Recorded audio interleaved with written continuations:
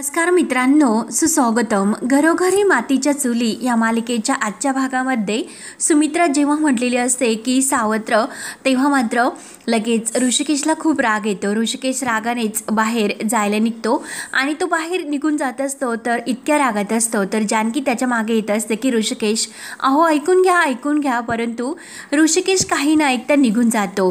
जानकीसुद्धा त्याच्या मागे जात असते आणि तेवढ्यात सारंग घरी येतो. तेव्हा सारंग जानकीला विचारतो की अगं वहिनी काय झाले, आणि दादाला आत्तापर्यंत मी इतके रागावलेले कधीही पाहिलेले नाही, त्यामुळे मला वाटत नाही की तो आता कुणाचं ऐकेल. तर ऐश्वर्या आणि आजी सुद्धा तेथे येतात. तर ऐश्वर्या लगेच म्हणते की बापरे, जरा कठीणच आहे. म्हणजे अगोदर स्वतःच चुका करायच्या आणि नंतर स्वतःच रागवायचे, ही कोणती पद्धत झाली. जानकीला मात्र ऐश्वर्याचा खूप राग येतो. जानकी म्हणते की ऐश्वर्या जरा गप्पच राहा. तेव्हा ऐश्वर्या म्हणते की अहो वहिनी, मला तसे म्हणायचे नाही, इतकी रागराग करण्याची काय गरज आहे. अहो तशाने त्यांनाच त्रास होईल असे मला म्हणायचे होते. तेव्हा जानकी रागानेच म्हणते की माझ्या नवऱ्याने काय करायचे आणि काय करायचे नाही हे ऐश्वर्या तू सांगण्याची गरज नाही, आणि तू आमच्यामध्ये न पडलेलेच बरे राहील. म्हणून जानकी ही ऐश्वर्याला चांगली धमकावते. तेव्हा जानकी सारंगला म्हणते की सारंग भाऊजी चला. सारंग सुद्धा जायला निघतो. तेव्हा लगेच ऐश्वर्या म्हणते की सारंग कुठेही जाणार नाही, आणि वहिनी माझं बोलणं इतकं जिव्हारी लागले का तुम्हाला. ठीक आहे जा तुम्ही. तसेही ऋषीदादा हे रागवतच गेलेले आहे, आणि जर वेळीच त्यांना कोणी मनवण्यासाठी जर गेले नाही तर त्यांना वाईट वाटेल, जा तुम्ही. तेव्हा जानकी म्हणते की सारंग भाऊजी चला तुम्ही. डोक्यात एकतर हे राग घालून गेले आणि कुठे गेले असेल हे माहिती नाही, आपण यांना शोधूया. तर सारंग म्हणतो की हो चल वहिनी. तेव्हा ऐश्वर्या लगेच सारंगच्या हाताला धरते आणि सांगितले ना सारंग कुठेही जाणार नाही असे कडक शब्दात म्हणते. तेव्हा जानकी वळून मागे पाहते. ऐश्वर्याने तर सारंगचा हात धरलेला असतो तर जानकीला खूप मोठा धक्का बसतो. तेव्हा सारंग आपला हात हिसकावत म्हणतो की अहो ऐश्वर्या असे काय करता. तेव्हा मात्र ऐश्वर्या जोरात सारंग असे ओरडते आणि खबरदार एक जरी पाऊल पुढे टाकले तर तुम्ही. आणि जानकीला म्हणते की तुमच्या नवरा बायको मध्ये आम्हाला बोलण्याचा काही एक अधिकार नाही असे आता तर तुम्ही म्हणाल्या होत्या, मग तुमच्या नवरा बायको मध्ये पडण्याचा तुम्हाला कोणी अधिकार दिला हो. मी तुमच्या नवऱ्याबद्दल बोलले हे तुम्हाला नाही आवडले, त्यांनी काय करावे हे सांगितल्यानंतर तुम्हाला तर खूप त्रास झाला, मग माझ्या नवऱ्याने काय करायचे हे तुम्ही ठरवायचे नाही, त्यामुळे तुम्ही जा आणि तुमच्या नवऱ्याची काळजी करा. माझा नवरा कुठे जाईल काय करेल हे मी ठरवेल. तेव्हा आजी मात्र लगेच मध्ये म्हणते की अगदी बरोबर आहे. तेव्हा सारंगला सुद्धा आजीचा राग येतो आणि तो आजीला रागानेच म्हणतो की काय ग आजी काय बरोबर आहे, आणि ऐश्वर्याला म्हणतो की ऐश्वर्या प्लीज माझे ऐकून घ्या जानकी वहिनी. तेव्हा लगेच ऐश्वर्या म्हणते की बाद झाले सारंग, बाद झाले. जानकी वहिनी ही ऐश्वर्या सारंग रणदिवे एकीची जर निवड करायची असेल तर तुम्ही कोणाची निवड करता. तेव्हा सारंग म्हणतो की ऐश्वर्या प्लीज ऐकून घ्या. तेव्हा ऐश्वर्या म्हणते की प्लीज सारंग, नवरा म्हणून मी तुम्हाला खूप मानते. जशा जानकी वहिनी ऋषिकेश दादांना मानतात तितकेच मी सुद्धा तुम्हाला मानते, कदाचित त्याहून जास्त सुद्धा मी तुम्हाला मानते. तेव्हा जानकी हे सर्व बघून तिच्या डोळ्यात मात्र खूप पाणी येत असते आणि ती खाली मान घालून उभी असते. तर ऐश्वर्याचे बोलणे काही हे कमी होत नसते. ती सारंगला म्हणत असते की बायको म्हणून मी तुम्हाला खूप मान देते, आणि जर तुम्ही मला बायको मानत असाल तर तुम्ही एक पाऊलही पुढे टाकणार नाही, पण तुम्ही जर जानकी वहिनी सोबत गेला तर मी घर सोडून कायमची निघून जाईल. तर ते ऐकून सारंगला खूप मोठा धक्का बसतो. तेव्हा सारंगच्या डोळ्यात पाणी येते. तो म्हणतो की ऐश्वर्या. तेव्हा लगेच जानकी म्हणते की सारंग भाऊजी मी माझ्या नवऱ्याला आणण्यासाठी समर्थ आहे, आणि जानकी ही निघून जाते. तर सारंग ऐश्वर्याला म्हणतो की ऐश्वर्या का बोललात तुम्ही हे सर्व, सांगा ना काय बोललात तुम्ही हे सर्व, आणि जानकी वहिनीला एकतर माझी खरंच खूप गरज आहे. तेव्हा ऐश्वर्या म्हणते की अहो सारंग मी तुम्हाला तेच तर सांगते, जेव्हा त्यांना तुमची गरज असते तेव्हाच त्यांना तुमची आठवण होत असते. बाकीच्या वेळेस सारंग कुठे जातो, मान सन्मान अधिकार हे सगळे ऋषिकेश दादांकडे जातात. मग तुमचे काही सारंग तुम्हाला कळत कसे नाही, ते तुम्हाला त्यांच्या तालावर नाचवतात. सारंग तुम्हाला कसे कळत नाही की ते तुमचा फक्त वापर करून घेतात, आणि मला हे नाही आवडत की माझ्या नवऱ्याला हे असे वागवलेले. तेव्हा आजी पुढे येते आणि सारंगला म्हणते की हो अगदी बरोबर आहे ऐश्वर्या जे बोलते ते. जानकीने तुला मात्र सांग काम्या आणि होय नाम्या असे करून ठेवले, त्यामुळे आता मात्र तुला तुझ्या बायकोचेच ऐकावे लागेल, आणि जर तुला तुझे भले व्हावे असे वाटत असेल तरच. तेव्हा सारंगला खूप वाईट वाटते आणि तो रडतच आतमध्ये निघून जातो. ऐश्वर्या आणि आजी यांना तर खूप आनंद होतो. त्यानंतर इकडे जानकी धावतच येते आणि ती ऋषिकेशला शोधत असते इकडे तिकडे. तेथील रोडवरील लोकांना सुद्धा विचारते की त्यांना कोणी कुठे पाहिलेत का, परंतु कोणी काही उत्तर देत नसतात. जानकीची खूप वणवण होत असते. उन्हामुळे तिला खूप त्रास होत असतो, तरी सुद्धा ती बाहेर ओढणे इकडे तिकडे शोधत असते आणि समोर एक काका दिसतात, त्या काकांना विचारते परंतु ते सुद्धा काही उत्तर देत नाही। त्यानंतर इकडे सारंग जानकी वहिनी एकटी गेली आणि ऋषिकेश दादा कुठे गेले असेल म्हणून त्याला खूप बेचैन वाटत असते आणि पूर्णपणे तो अस्वस्थ झालेला असतो। आजी मात्र ऐश्वर्याला म्हणते की अगं गुंडे, खरंच काय मस्त बाजी मारली तू। सुमित्रा आणि नाणं हे दोन्ही तू हातात घेतले। तेव्हा ऐश्वर्या हळूच म्हणते की अहो आजी, ही तर फक्त सुरुवात आहे। आज जशी जानकी या घरातून तरातरा बाहेर गेली तशीच कायमची मी तिला घराबाहेर फेकणार आहे। पण मात्र आता पुढची चाल कशी खेळायची याचा विचार मात्र आता आपल्याला करावा लागेल। आणि तेवढ्या सारंगच्या मोबाईलवर कॉल येतो आणि तो देशमुख साहेबांचा असतो। तेव्हा सारंग म्हणतो की देशमुख साहेब बोला। तर देशमुख साहेब सांगू लागतात ऋषिकेश दादा घरी आहे का? मी ऋषिकेश दादा आणि जानकी वहिनी या दोघांना सुद्धा फोन केला होता, कोणीच फोन उचलत नाही। तर सारंग म्हणतो की हो ते फोन ठेवून बाहेर गेलेत, बोला काही महत्वाचे काम होते का? तेव्हा देशमुख साहेब म्हणतात की हो, आज महत्वाची मीटिंग आहे, म्हणजे आपल्या कंपनीमधून सल्लागार समितीमध्ये कोण कोण असणार आहे याची लिस्ट पुढे द्यायची आहे आणि आज मात्र ती लिस्ट पुढे द्यायलाच हवी। तेव्हा सारंग म्हणतो की हो बरोबर आहे आणि सल्लागार समितीची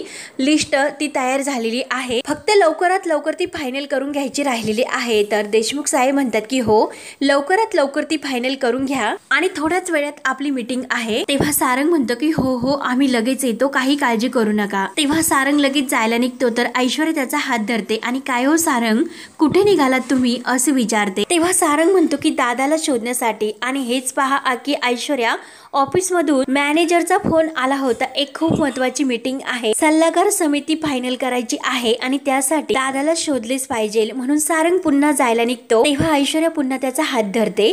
सारंग म्हणतो की ऐश्वर्या अहो काय करतात, माझा हात सोडा, मला जाऊन द्या, आपल्याकडे एकतर खूप वेळ कमी आहे। ऐश्वर्या म्हणते की अहो सारंग, हीच ती वेळ आहे आणि मीटिंग साठी दादा कशाला पाहिजे, तुम्ही सुद्धा ही मीटिंग करू शकता। तेव्हा सारंग ऐश्वर्याच्या हातातून आपला हात काढून घेतो आणि मी ऐश्वर्या काय बोलतात तुम्ही हे सर्व, मला कसे हे सर्व जमेल, मला याबद्दल काहीच माहिती नाही आणि कसे ही सर्व काही दादाच फायनल करत असतो। तर ऐश्वर्या इतकी भडकते आणि काय दादा लावले म्हणून ऐश्वर्या इतकी ओरडते तर सारंग आजी खूपच घाबरतात।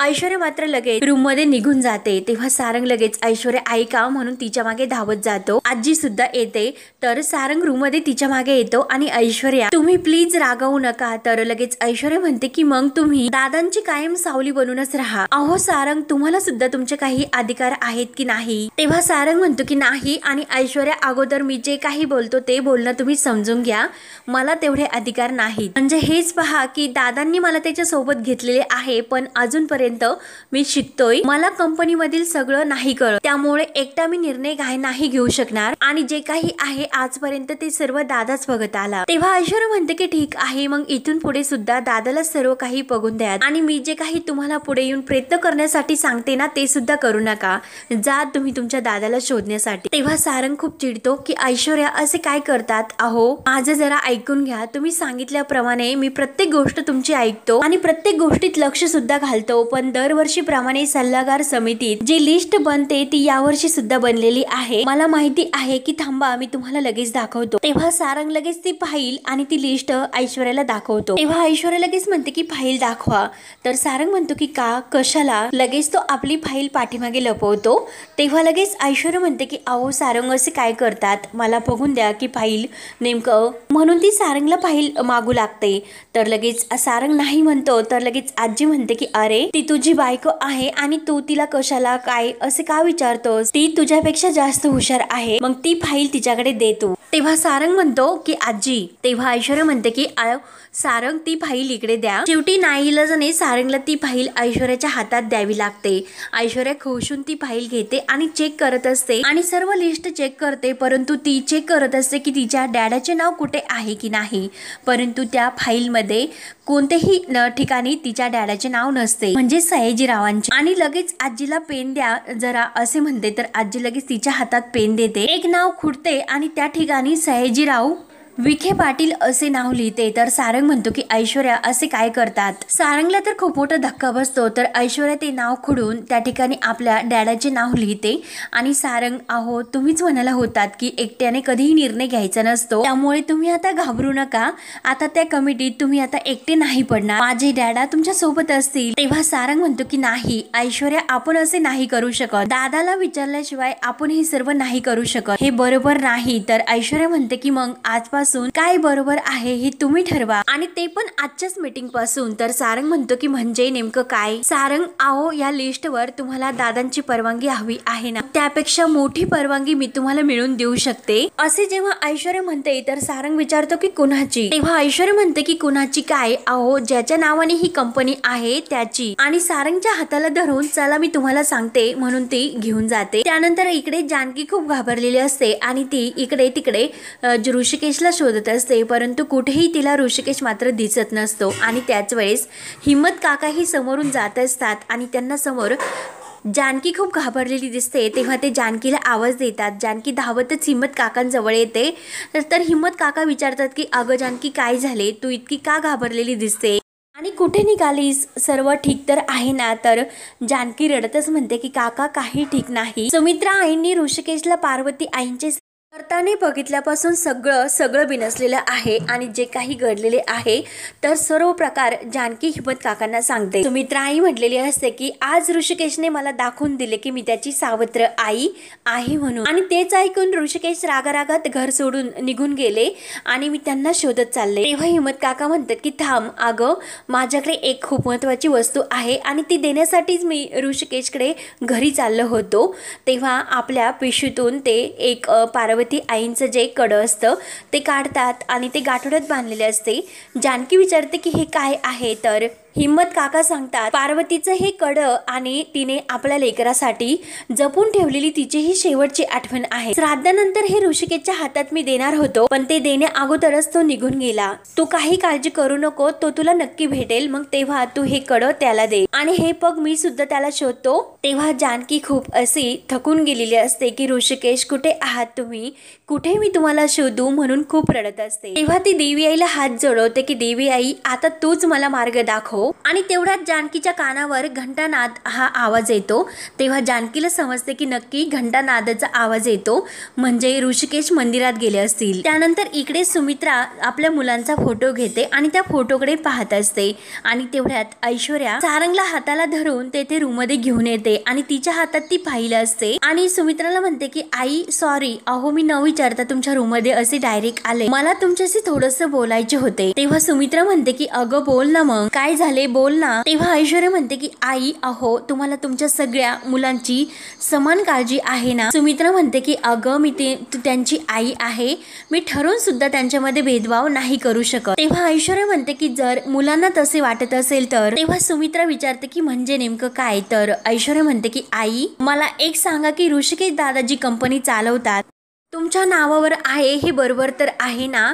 तेव्हा सुमित्रा सारंगकडे बघत म्हणते की हो कंपनी तर माझ्याच नावावर आहे, पण हा काय प्रश्न झाला। तेव्हा ऐश्वर्या म्हणते की आई अहो एका प्रश्नापाशी आम्ही अडकलोय म्हणून तर तुमच्याकडे आलो, मग निदान कोणी आम्हाला जाब विचारला आम्हाला तुमचा आधार घेता येईल। तेव्हा सुमित्रा म्हणते की अगं जाब कोण विचारणार तुम्हाला। सुमित्रा म्हणते की अरे सारंग ही काय म्हणते, तर सारंग म्हणतो की आई आज अर्जंट कंपनीमध्ये सल्लागार समितीची यादी द्यायची, मग एवढा मोठा निर्णय मी ऋषिकेश दादाला न विचारता कसा घेऊ। आणि ऐश्वर्याचं असं म्हणणं आहे की त्यातील एक नाव खोडून। तेव्हा ऐश्वर्या लगेच मध्येच बोलते की मुद्दा काय आहे की जर एखादा हेरफेर करायचं असेल यांना ऋषिकेश दादाची परवानगी घ्यावी लागते। मग आई का परवानगी घ्यायची त्यांची। सुमित्रा एंटरप्राइज ही कंपनी तुमच्या नावावर आहे हे बरोबर ना, जसे ऋषिकेश दादा त्या कंपनीत मन लावून काम करतात, सारंग सुद्धा कंपनीच्या भल्यासाठी मन लावून काम तर करतातच ना आई। मला मान्य आहे की आई सारंगला ऋषिकेश दादांपेक्षा कामाचा अनुभव कमी आहे आणि ते एकट्याने निर्णय नाही घेऊ शकत, पण मी त्यांना तेच समजावते की मी आहे ना त्यांच्या सोबत, आणि तरी सुद्धा त्यांना भीती वाटते आणि आई हीच भीती मला त्यांच्या मनातून बाहेर काढायची। आई त्यांना मला असे कॉन्फिडंट बनवायचे आणि आई हे सर्व तुमच्या परवानगीशिवाय शक्यच नाही। तेव्हा सुमित्रा म्हणते की अरे सारंग ऐश्वर्या एकदम तुझ्याच बाजूने बोलते, इतका ती तुझा विचार करते, मग इतकी खमकी बायको तुझ्या बाजूने असताना तू कसला विचार करतोस, आणि हे बघ आम्ही सर्वजण तुझ्या पाठीशीच आहोत। तेव्हा ऐश्वर्या म्हणते की अहो आई हेच तर केव्हापासून मी त्यांना समजावून सांगते आणि ती सुमित्राला खाली बसवते की आई खाली बसा आणि एक साधी गोष्ट आहे की सल्लागार समितीत कमिटी नेमायची आणि त्यात ऋषिकेश दादा कुठेतरी चिडून निघून गेले। मग अशा पद्धतीत सारंगने जर मीटिंग ही अटेंड केली ते तर खूप गरजेचे सुद्धा आहे आणि आई जर हे आज एकटी मीटिंग साठी गेले तर स्वतःला त्यांना प्रूव्ह करण्याची संधी मिळेल। ते स्वतः हे निर्णय घेऊ शकतात आणि काही जर गरज लागली तर तुम्ही आणि नाना आहात ना यांना मार्गदर्शन देण्यासाठी। तेव्हा सुमित्रा म्हणते की हो हो ऐश्वर्या तुझे अगदी बरोबरच आहे आणि आईला म्हणते की आई शेवटी कसे आहे की तुमच्या माझ्यासारखी माणसं सारंग आपण सर्वजण सगळ्यांचा विचार करत बसतो आणि जानकी वहिनी सारखी माणसं ऋषिकेश दादांसारखी माणसं ही त्यांना जेव्हा निवड करण्याची वेळ येते आणि मग त्यांच्या मनाला जे वाटल ते करून मोकळे होतात। म्हणजे आता हे तुमच्याच वाढदिवसाचे पहा त्यांनी कसे केले आणि सारंगचेच पहा की ते किती घाबरतात। यांनी भीती कशाची वाटते की त्यांनी जर काही मनाने केले तर ऋषिकेश दादा यांच्यावर चिडतील ओरडतील, पण आई का ओरडतील ते तुमच्या नावावर कंपनी आहे जसे ते काम करतात मग तसे हे सुद्धा करतील, पण आई त्यांचा ओरडा कशाला ऐकून घ्यायचा, तुम्ही तर त्या कंपनीच्या मालकीन आहात। नावावर जर ती कंपनी असेल तर मग सारंगने दुसऱ्याचा कशाला ओरडा खायचा। आणि जर आज सारंग मीटिंगला गेले आणि त्यांनी जर ह्या मीटिंग मध्ये स्वतः डिसिजन मनाने घेतला तर आणि ते पण तुमच्या परवानगीने आणि तुमच्या परवानगीशिवाय मात्र त्यांना स्वतःला प्रूव्ह करण्याची संधी मिळणार नाही। तेव्हा सुमित्राला लगेच ऐश्वर्याचे म्हणणे पडते। सुमित्रा लगेच सारंगला म्हणते की सारंग तू ऑफिसला जाय, तुला कोणाच्या परवानगीची गरज नाही, तुला कोणी अडवणार नाही आणि जरी अडवले तर तू सांग की मी आईशी बोललो ते। तेव्हा सारंग म्हणायला लागतो की आई पण ते नाव त्या फाईल मधील।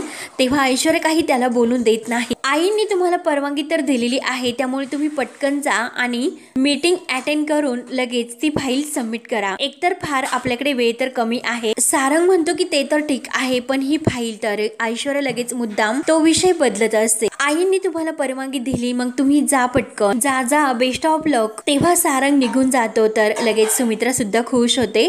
तर ऐश्वर्या म्हणते की आई थँक्यू सो मच। सुमित्राला तर खूप आनंद होतो। त्यानंतर इकडे ऋषिकेश मात्र मंदिरात आलेला असतो आणि एकसारखा तो घंटानाद करत असतो आणि त्या घंटा वाजून वाजून त्याच्या हातातील रक्त सुद्धा निघत असते, परंतु त्याचे त्याकडे लक्ष नसते। तो एकटक देवाकडे बघत सुमित्रा त्याला जे काही बोललेले असते ते सर्व आठवत असते आणि ते आठवून त्याला त्याचा खूप त्रास सुद्धा होत असतो। तेव्हा जानकी घंटाचा तो आवाज ऐकून ती मंदिराकडे धाव घेत असते, धावतच येत असते। तिच्या पायात मात्र चप्पल सुद्धा नसते। तेव्हा ऋषिकेश जोर जोराने घंटा वाजवत असतो आणि तेवढ्यात तेथे जानकी येऊन पोहोचते। जानकी धावतच येते आणि ऋषिकेशचा हात धरते। ऋषिकेश काय करतात तुम्ही असे विचारते तर ऋषिकेश सुद्धा म्हणतो की जा विचारतो मी देवाला। जानकी अगं अशी काय घोडचूक केली मी। तेव्हा जानकी म्हणते की नाही ऋषिकेश तुम्ही मुद्दाम काही केलेले नाही, कधी कधी संकट परिस्थितीचे असे रूप घेऊन येतात आणि आपण त्याला फसतो। तेव्हा ऋषिकेश म्हणतो की नाही जानकी देवानेच मला फसवले आणि जानकी ज्याला देव फसवतो त्याला त्याची माणसं कधीच